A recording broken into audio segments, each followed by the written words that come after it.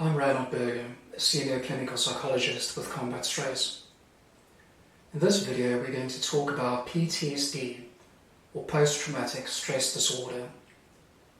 While not as common as other difficulties like depression, anxiety and substance misuse, the condition can have a profound impact on the lives of those affected, as well as those close to them. PTSD can look very different from one person to the next, but in all cases will be marked by symptoms in 4 clusters or categories.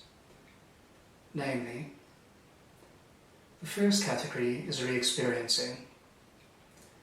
This involves unwelcome and upsetting thoughts or memories about past traumatic events popping into your mind, flashbacks, where you might feel as if the event is happening again or you are back at the time of the event, or nightmares related to the traumatic experience.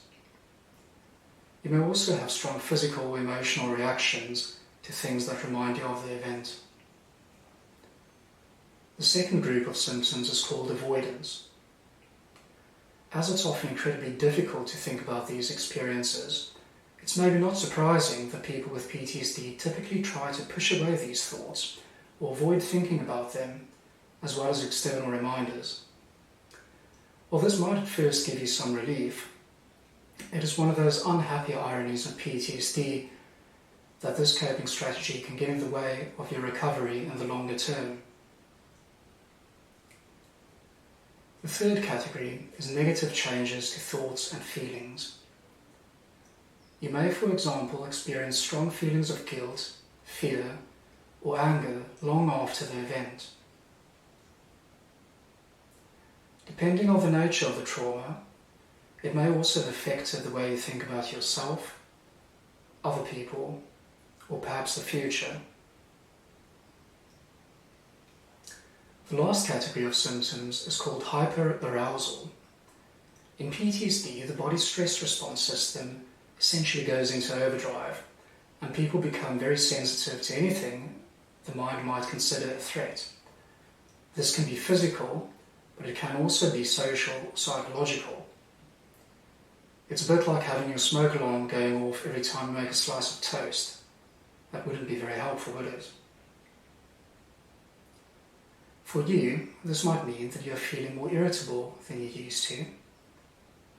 You are constantly on edge, have sleeping difficulties, or have become very concerned with safety and potential threats. It's important to understand that most people will experience at least some of these symptoms after being exposed to a traumatic event. For some, this will go on to take the form of PTSD.